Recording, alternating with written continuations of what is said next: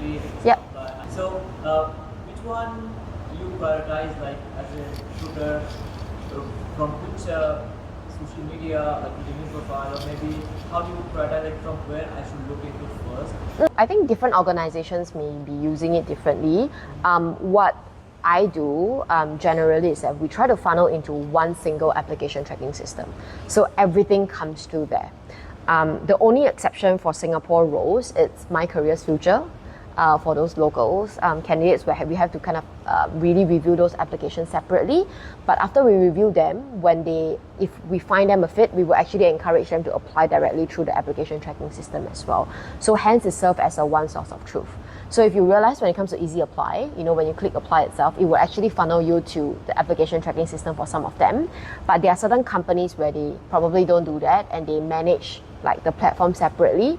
I find it a little bit challenging to do so. I have not experienced companies who do that because usually the best practice and recommendation is everything to one source of truth. So the way how I look at it is that I look at candidates who apply first. So based on more of the timestamp of when they apply, and then I'll go from there upwards. Yeah. So just since you mentioned My Career Future. Yeah. So usually how does it work?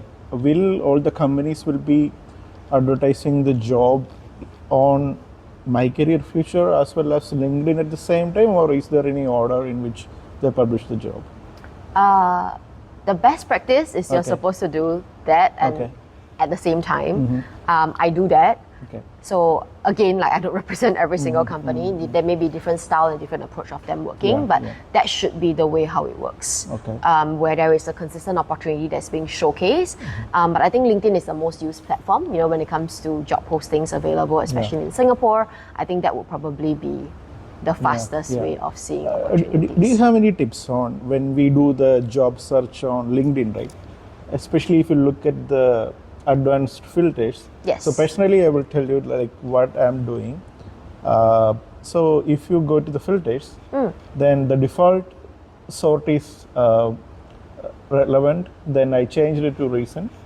Then you get everything based on the timestamp. Then another one is like the maximum number of applicants less than 10.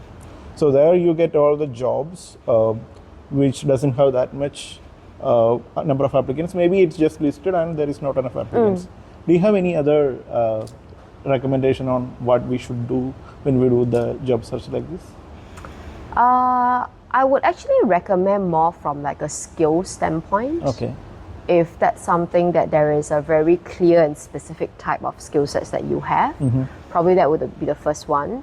The second one is that LinkedIn has an algorithm where it automatically looks into your profile and what you do and then provide a recommended jobs available for you, right? That is interactive. So in the event that you find it not suitable, you can just put it and say like, do not recommend these type of positions to me anymore. So the algorithm can automatically kind of update from there. I also recommend set up job alerts where you can, this is the type of emails that you want to receive, right? So, make sure you set job alerts, make sure that it's being sent to your email. Early application usually will be seen more as well. So that will be something that I would actually recommend you to do. But I think it's also very important to also cautious that don't just apply without thinking. Like what I've mentioned, right? People who apply 100 jobs in one go and not being serious about it is actually very obvious. Across the way how the resume is being presented, across like how you kind of indicate your interest in the profile, and even through like recruiter phone screens, right? The more people that I speak to, you will know if people are actually interested about the position or they are just really applying it for the sake of like, I'm just trying my luck and see how it goes.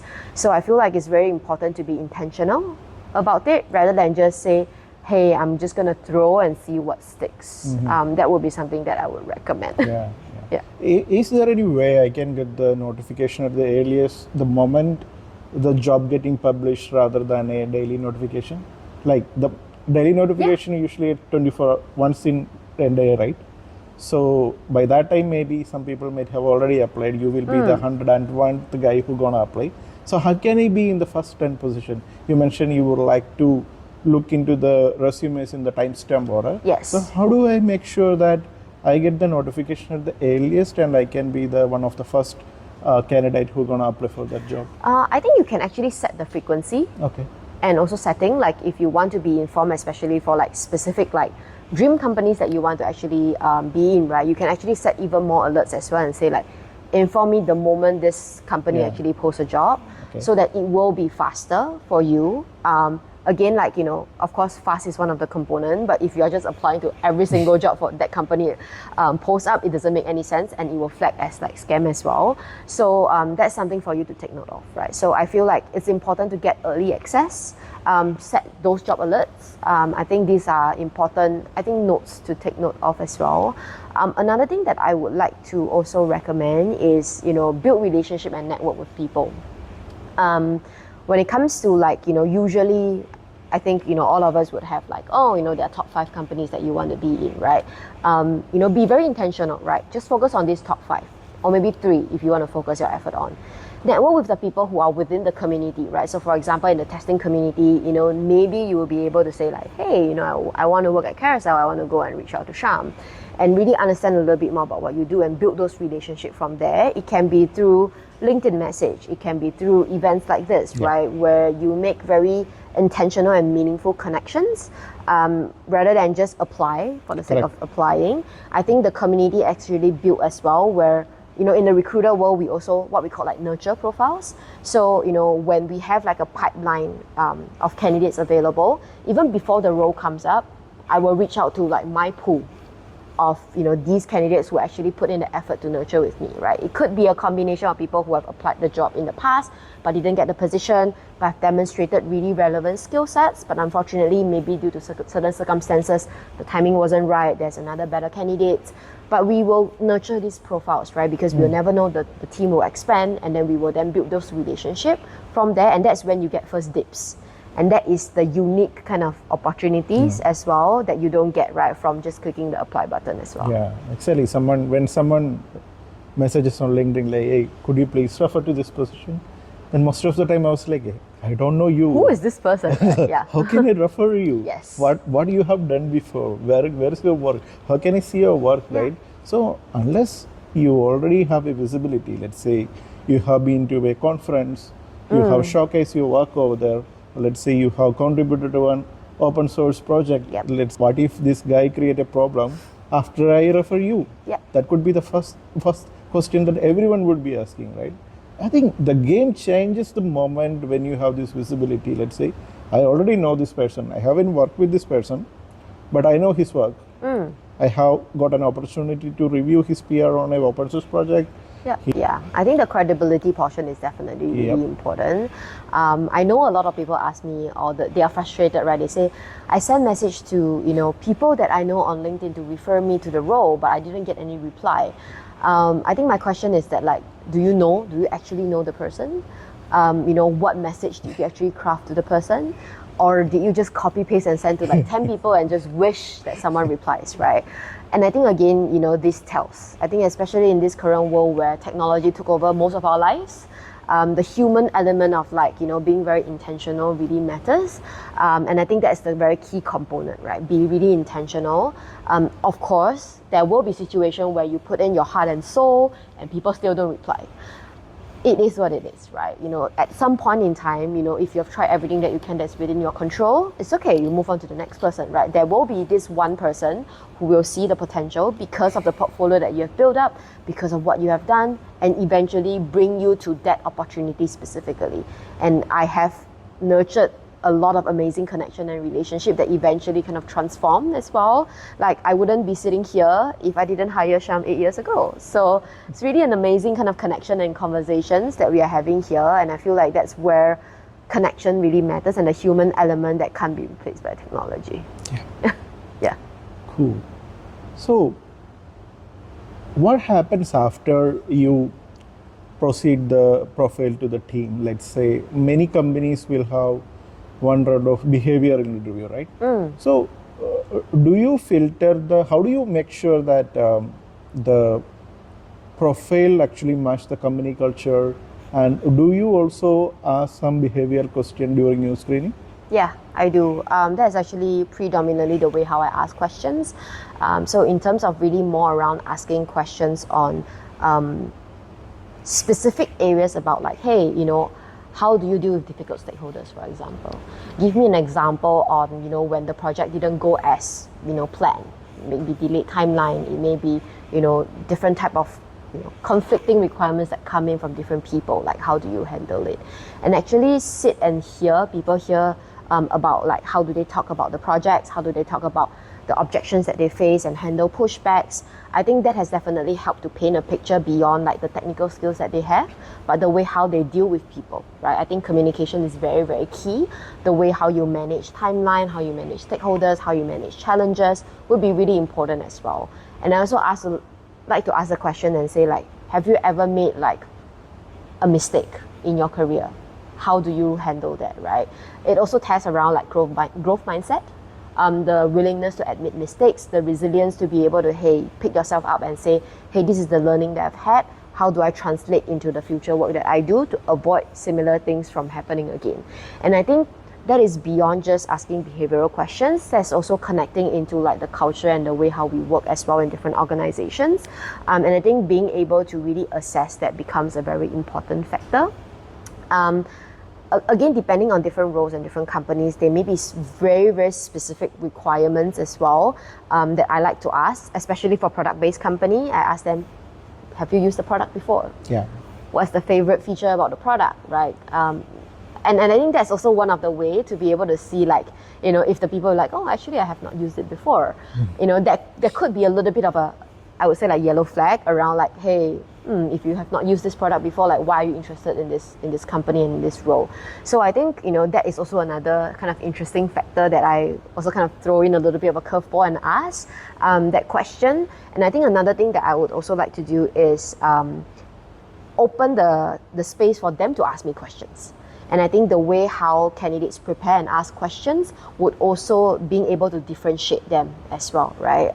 To be able to see how prepared they are. Do they actually know the role? Do they know the company? Do they know the team, right? Are they certain about this is what they want to apply?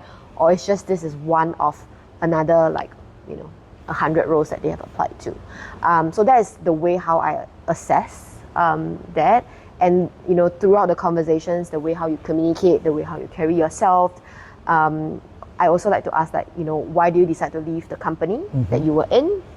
And you will be very surprised by when the candidates are comfortable with you, they just share. Yeah. Then it can be seen as like, hey, what's your reputation, right? When you actually talk something bad about the organization that you have worked at in the past.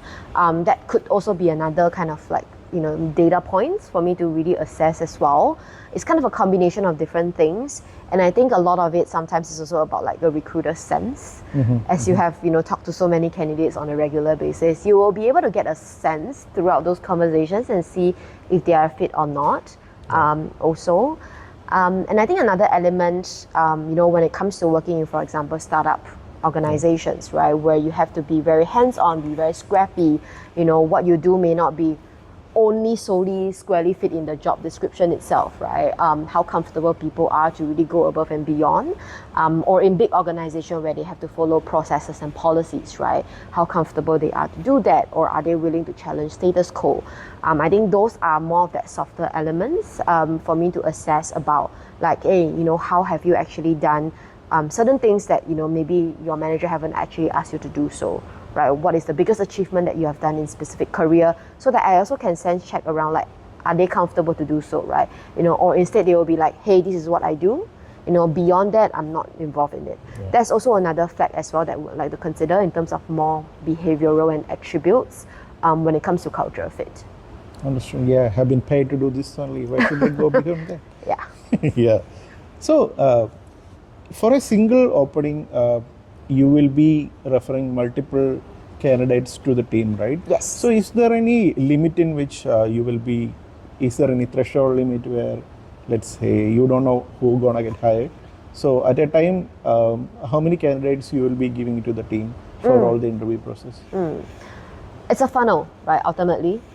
Usually on an average basis, I talk to like per role, depending on, of course, the complexity and if it's niche or not. On general, I talk to like 20 to 30 candidates per role, and then I shortlist down to like 8 to 10 for the hiring manager for the first round. Especially for technical position itself, usually there's going to be another screen around like technical assessment. So that's also one of the way to indicate and see if this person have an actual technical skill set to do the job. That helps to streamline a little bit better. Usually we are trying to be very efficient, right?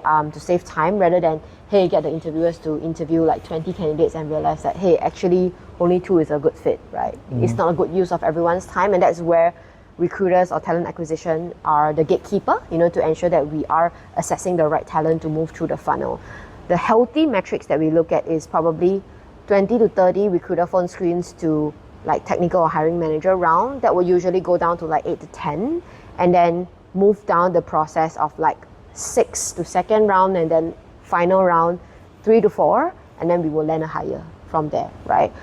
Of course, throughout the process, how I wish every single role is as straightforward as this. There will be certain situations where they'll be like, hey, actually this is not aligned. I will talk to the hiring manager regularly to calibrate as well and say like, hey, what didn't work? What are the things that I need to take note of? Is there anything that I need to focus on so that we can provide another batch of candidates? And then, make sure that they move accordingly from there as well, right? So, of course, recruiter metrics is also time to fill. We want to make sure that we hire the best talent within the shortest period of time. But at the same time, also conscious, right? Certain roles are backfill positions. Certain roles are new role that is actually work on a very key initiative of an organization, right? How do we make sure that we hire the quickest? Of course, at the same time, not sacrificing the quality. I think that's something that's very crucial. Yeah. Have you faced any scenario where 2 candidates were equally fit for a single position, and unfortunately you could give the offer to only one person, and what would be happening to the second person? So it's like in the future, let's say if there is another opening comes up, will you be bypassing all the interview? Will you give a direct offer to the second one since this person already passed all the interview previously? It actually depends. Okay. So I have encountered a situation like this before, where I think ultimately the hiring manager is the decision maker, right? So what I will do is that I will be facilitating that conversation. If they're like, hey, these 2 candidates are equally amazing, then the questions that I would ask is really around like, hey, what are their strengths? What are their opportunity areas, right? With this particular position, with your team composition right now, who do you actually need in terms of the skill sets a little bit more? And then make that decision in terms of the hire itself, right? And of course, with the second candidate itself, you don't just say no and then, buy, but it's really more around nurturing that relationship and inform them around like, hey, you have done really well. Unfortunately, because of the skills and the team's requirement itself, we have decided to go ahead with another candidate for this position, but I will keep, in touch with you for future openings that's available. Usually what I will do is that, they will have my WhatsApp, they will have direct contact with me, to be able to really keep in touch. I will share like, company insights, especially when it comes to like team, changes or new advancement or technology. It could be really interesting for the candidate as well to really keep them, what we call like keep them warm, to make sure that they are also top of mind, when it comes to exploring opportunity with us. When it comes to accelerating the process itself, I think it really depends on companies, depending on team and depending on roles. If it's actually like a replication of the same role within like the next 3 months, likely I would actually recommend the hiring manager and say like, hey, if the requirement is exactly the same, this person is a great fit, do you think it will be a good one, right? To straight away offer so that we can save time. It can be a little bit different when it's like 6 months or a year down the line, where certain tech stack have changed. The organization or the team structure may have actually evolved, with different requirements. Then it could be like, hey, we give them first dibs, like, they should be part of the interview process, letting them know around how the team has changed. That's the reason why we'll require further interview process, and then consider like external candidates as well, to make sure that we run a fair process to make a decision from there, right? It's not saying that like they are excluded, but at the same time we give them choice, right? And say like, this is what happened, these are the changes that have been done. Would you still be interested to apply for this position? And I would love to consider you in the process itself. So that will be the typical approach on the way how I do it. Got it. Have you come across anyone who requested the feedback who couldn't make it to the next round and you gave the detailed feedback from the team? Have you done anything like that before? Yeah. Okay. Yeah. So the way how I manage interview processes itself is that I make sure that it's very intentional in each round.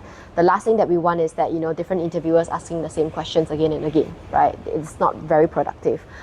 So we will do what we call like an interview guide. I will work with the hiring manager to understand on like, hey, who are involved in the interview process? How long does it take?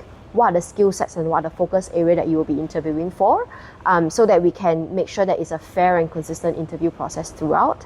And then, you know, with the feedback itself, I will also gain a very constructive feedback, right, from the interviewers to make sure that the feedback I bring back to the candidates itself, it's consistent, right? They know the reason why behind those rejections.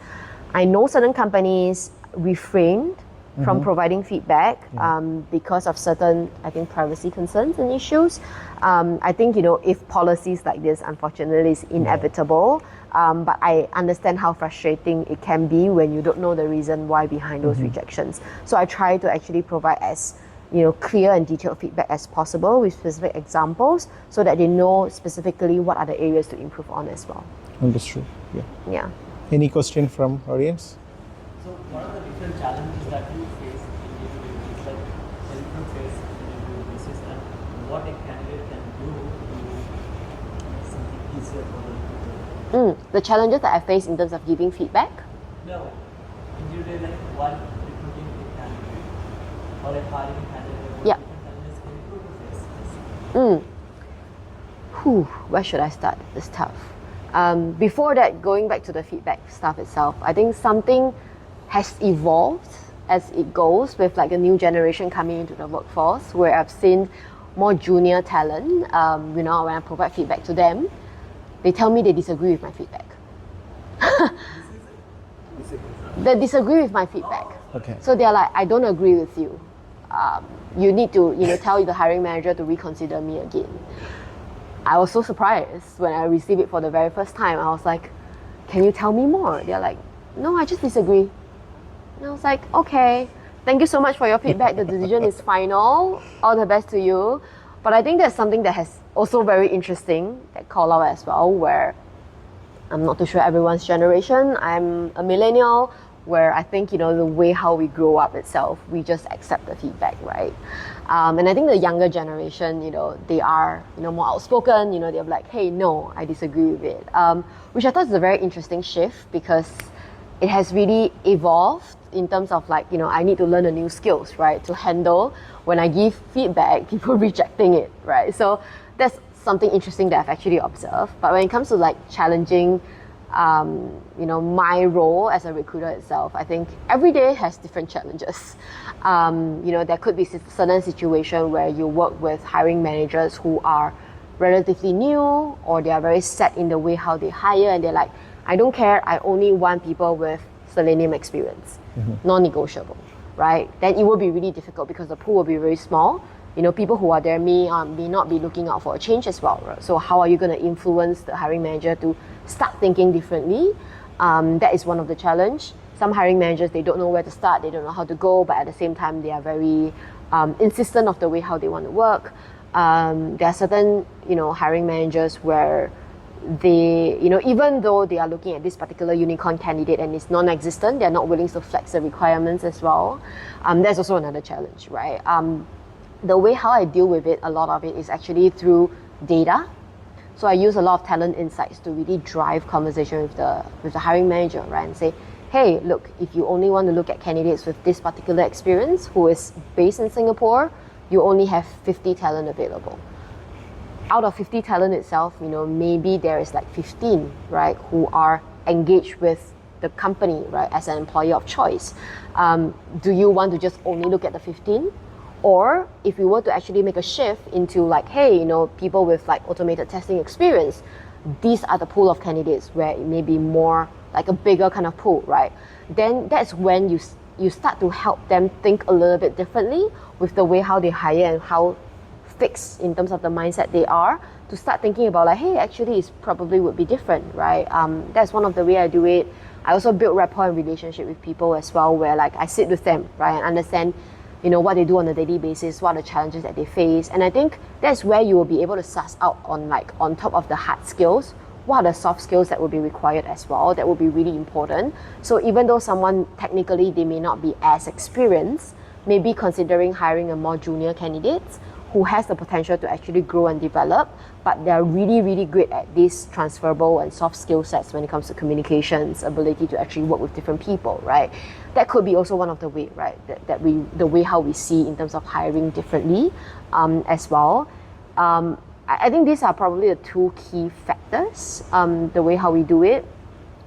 I also do a lot of proactive engagement in terms of talent attraction, where, you can't just keep relying on people be interested in the position, right? As employers, as organization, it's really important to really build your brand. A lot of people kind of associate and say like, oh, hey, I use Google on a daily basis. That means I want to join Google as an employer. Or hey, I use Grab on a daily basis. I want to join Grab, right? It doesn't connect this way. I mean, I'm not saying names, but I was like, there are certain companies where I use their product, but I wouldn't want to join them, right? So I think it's really important to think from that standpoint as well for like recruiters and also for, people, right? To really start thinking about, hey, how do you position yourself as an employer of choice? In terms of sharing insights, not just about the product, but about the way how we work. Current, like we talk about hybrid working model. I think that has been appealing for a lot of people. Flexibility, work-life balance, in terms of embracing diversity, inclusion, and belonging in the organization, and what does that mean? So being able to really proactively communicate that out to people, in terms of doing events, in terms of doing like on your LinkedIn company page, and how you write your job description as well, right? I think a lot of people kind of ignore that part where job description is actually the first touch point to all candidates. And of course recruiters, right? And being able to really showcase those elements very effectively, that's also one of the way where we attract talent, in a more proactive manner rather than just keep relying on like inbound applications, because sometimes being able to diversify those pool would actually help to attract different type of candidates too. Yeah. Problem. Yeah. Yes. How important is the job title in your search for an ideal candidate? Of course. Yeah, thank you. Job titles is something that's very interesting, where personally I don't think it matters, but maybe to a lot of people it's really important, or to certain companies it's really important. But the way when it comes to recruiter search, right, we don't look at job titles solely. That could be one of the way how we look at profiles itself, but I think what's important is the skill sets, right? So if you look into like, the way how you structure your resume, you put into a LinkedIn profile, being able to ensure that your skills are being validated would be very important. So right now, LinkedIn has the ability for certain technical skill set itself. You can actually do certain tests to verify your proficiency, right? Within those languages or within certain skill sets that you do to really define how fluent you are or how proficient you are. I would highly encourage to do that for more technical skill sets, to be able to say, hey, this is actually certified, right? You have the experience within that area. Another thing that I would also highly recommend is also putting it in your profile as well. So I talk about accomplishments, right? So, you are able to talk about, it's a multifaceted projects. How do you make sure that your impact is being seen in that manner? And through that project itself, what are the skill sets you have gained as well? So that it kind of tell a very holistic story, right? Rather than just, this is a title. Because different companies have different titles, it means different things for different people. So the way how I search at more keywords and skills rather than job positions, because I know that different organizations have a different definition of it. So I would highly encourage you to do that on your LinkedIn as well as on your resume, so that there is a clearer representation as well. And I think what Sham talked about, like open source, right? Being able to showcase your open source work as well, not just on your achievement, but also being able to highlight on the projects that you have done or certain certification that you have done. I think that kind of adds up, right, into your portfolio to help you with the pivot, whenever you need to. Yeah. Cool. Yes. Since you touched on LinkedIn part, right, the social recruitment platforms. Yes.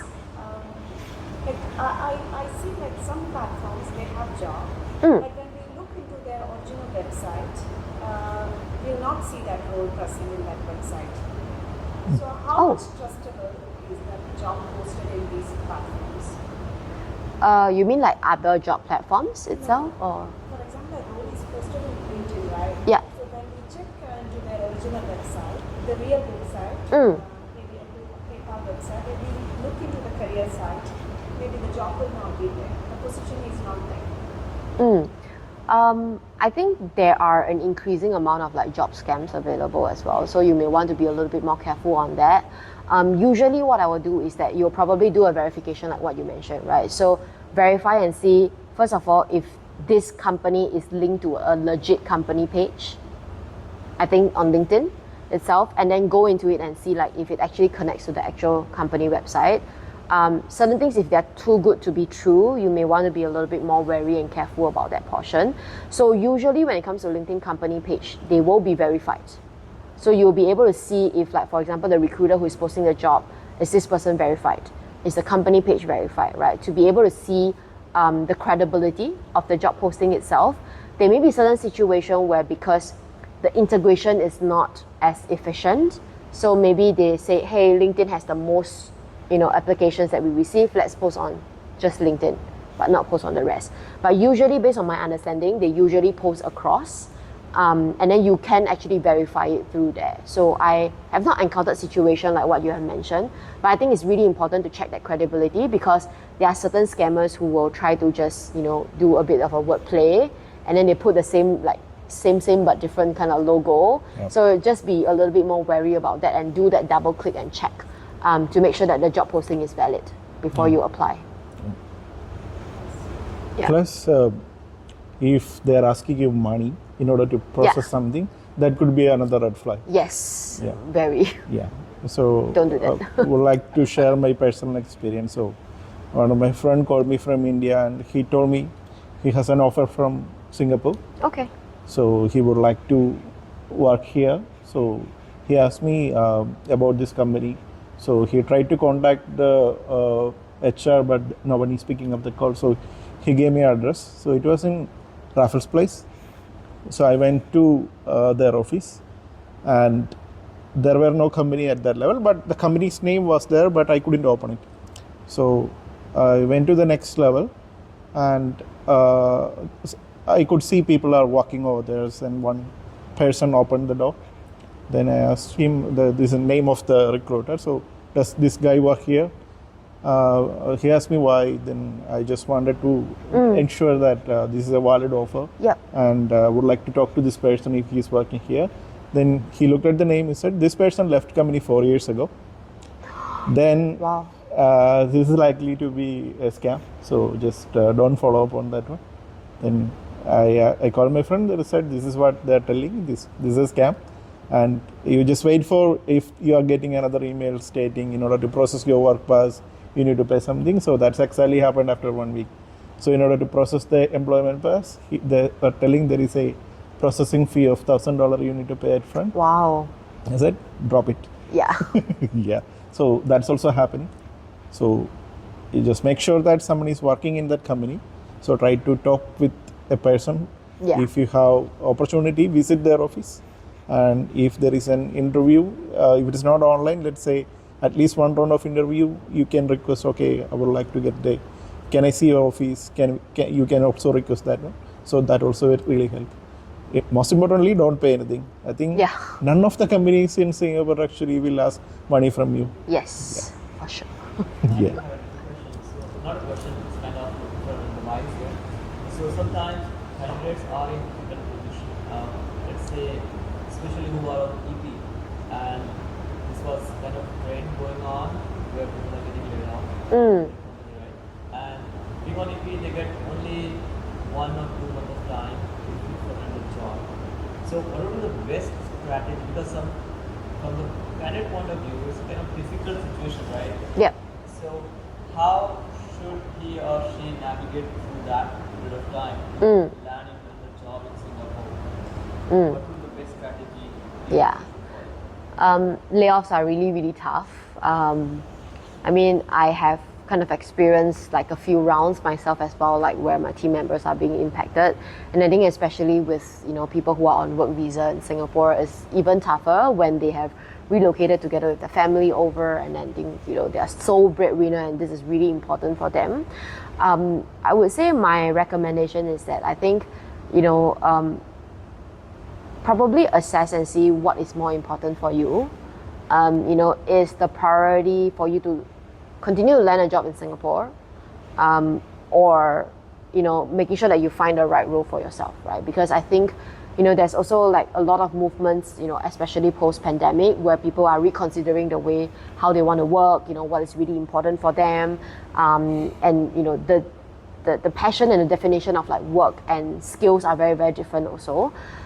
So I think if the priority is really looking at like, hey, I need to land a job like right now, immediately, I would think that the important part is that look at the openings available, find opportunities or skill sets that are very relevant to what you do, and not just applying to the job. I think being able to really build that connection to identify who could be the recruiter for the job, right? Do I know anyone who is in a similar community in the job itself, right? So being able to really maximize your opportunities available across the different companies. I think a lot of people are very uncomfortable to put like the open to work banner up on LinkedIn because they can be seen as like desperate, but it's actually the complete opposite, right? It increases visibility. So, be willing to actually share around like your career journey, like, unfortunately you have been laid off. I think a lot of it is not because of your skills, it's just because of unfortunate business decisions, right?